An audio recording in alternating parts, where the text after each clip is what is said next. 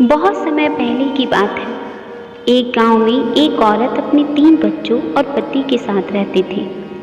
एक दिन उसका पति बाहर गया था। तभी उस औरत के घर पर 3 साधु आए। उन साधुओं में से एक साधु बोला कि क्या हमें आपके घर पर खाना मिल सकता है। वो औरत बोली कि क्यों नहीं, आप लोग अंदर आए।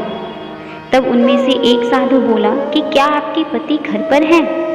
औरत ने जवाब दिया कि नहीं, वो अभी घर पर नहीं है। तो साधुओं ने बोला कि जब आपके पति घर आ जाएंगे तभी हम लोग घर आएंगे। थोड़ी ही देर में उस औरत का पति घर आ गया। उसने अपने पति को सारी बात बताई। तब उसके पति ने बोला कि जाओ और उन्हें बुलाकर ले आओ।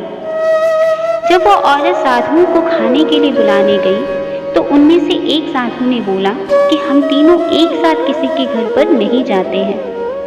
उस औरत ने पूछा कि बाबा ऐसा क्यों कि आप तीनों एक साथ किसी के घर नहीं जाते हैं।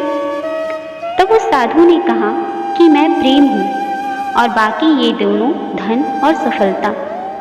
हम तीनों में से कोई भी जब भी किसी के घर जाता है तो उसके घर वह चीजें आ जाती है।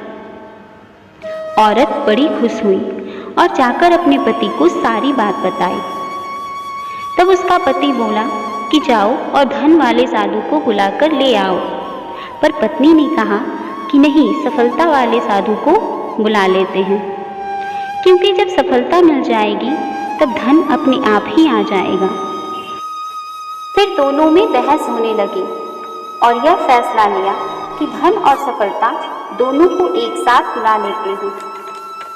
औरत बाहर गई और बोली कि हम धन और सफलता दोनों को एक साथ ले जाना चाहते हैं।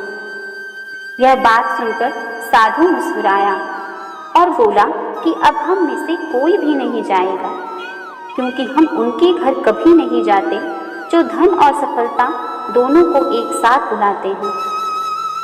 यह बात सुनकर औरत को बहुत अफसोस हुआ और वह उदास मन से घर के अंदर चली गई। अतः हमें भी लालच में आकर कोई काम नहीं करना चाहिए।